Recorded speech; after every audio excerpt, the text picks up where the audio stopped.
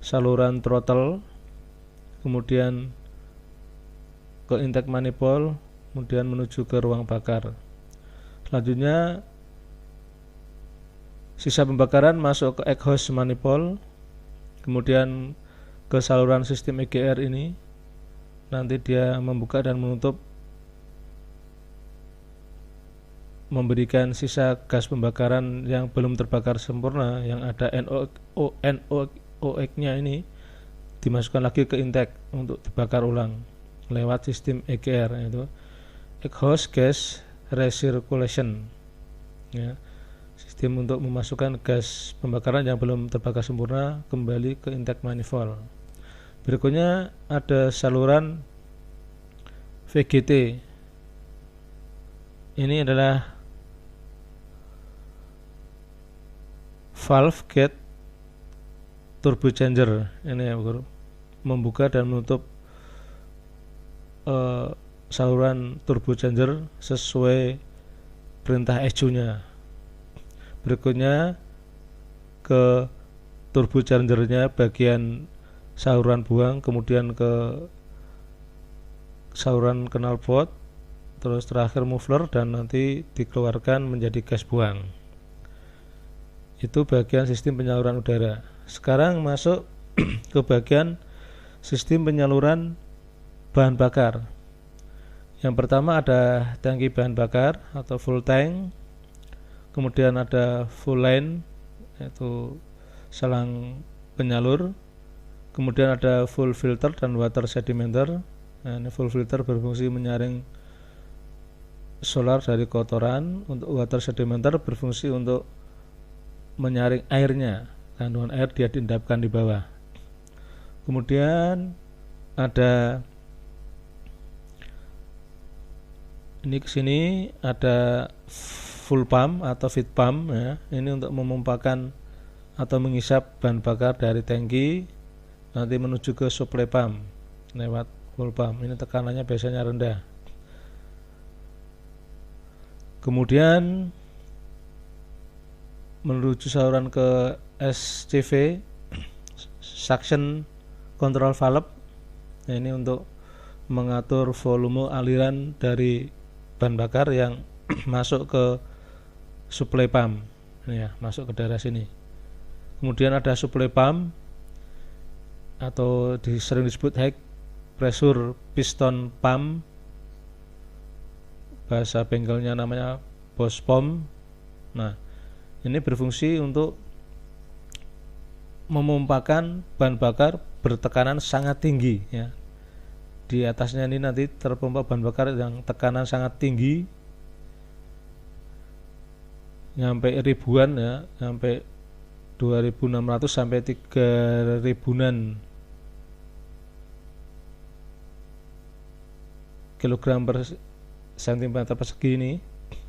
Terus berikutnya adalah check valve. Ini berfungsi sebagai katup searah.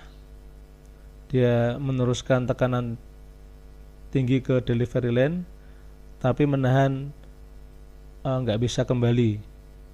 Ini fungsi check valve. Kemudian delivery line, ini adalah salang pengiriman bertekanan tinggi.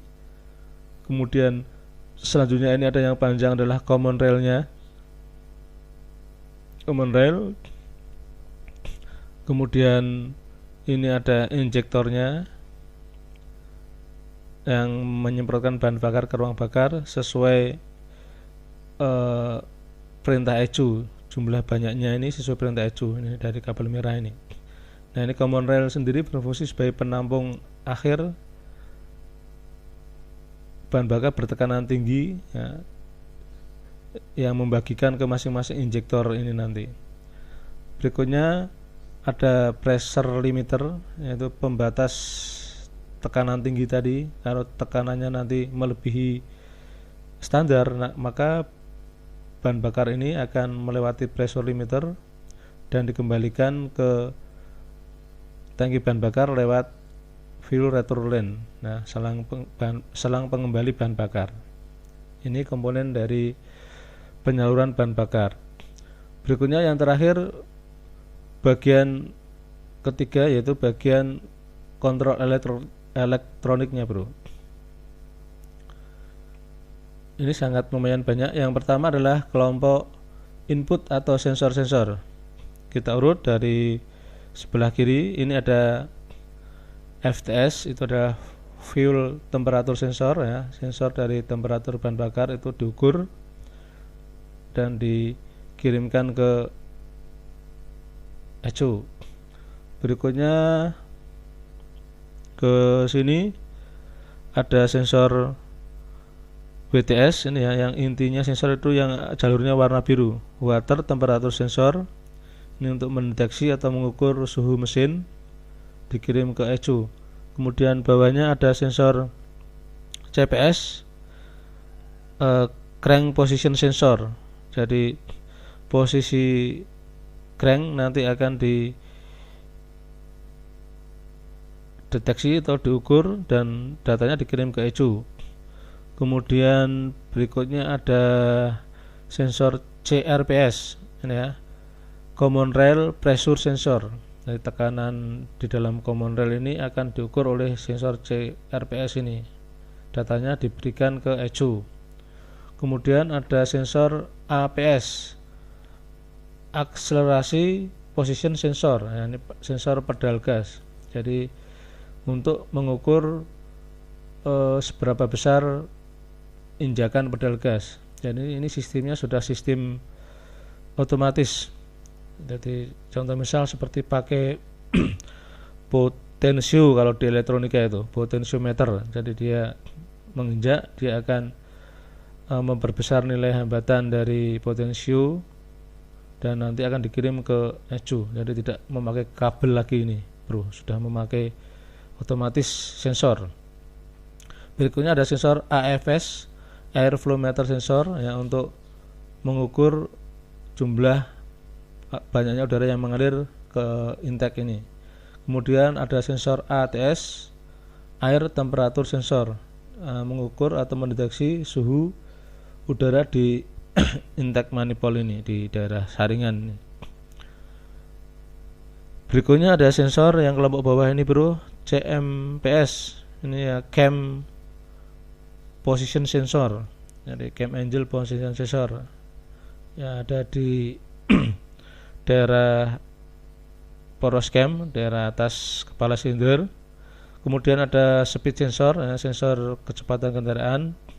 Kemudian yang terakhir ada kelompok under signal. Jadi sinyal-sinyal lain yang mempengaruhi, sinyal starter, sinyal AC dan sebagainya ini.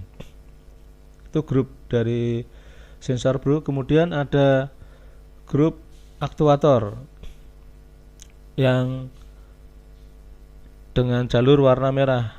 Yang pertama kita lihat ada SCF tadi ya, Suction Control Valve, berfungsi mengukur atau membatasi jumlah bahan bakar yang masuk ke supply pump ini.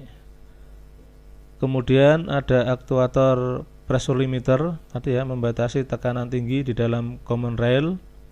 Berikutnya ada aktuator injektor ini untuk menyemprotkan bahan bakar ke ruang bakar dengan jumlah yang ditetapkan oleh ECU. Kemudian ini ada glow plug-nya untuk pemanas tambahan jika diperlukan. Kemudian ada relay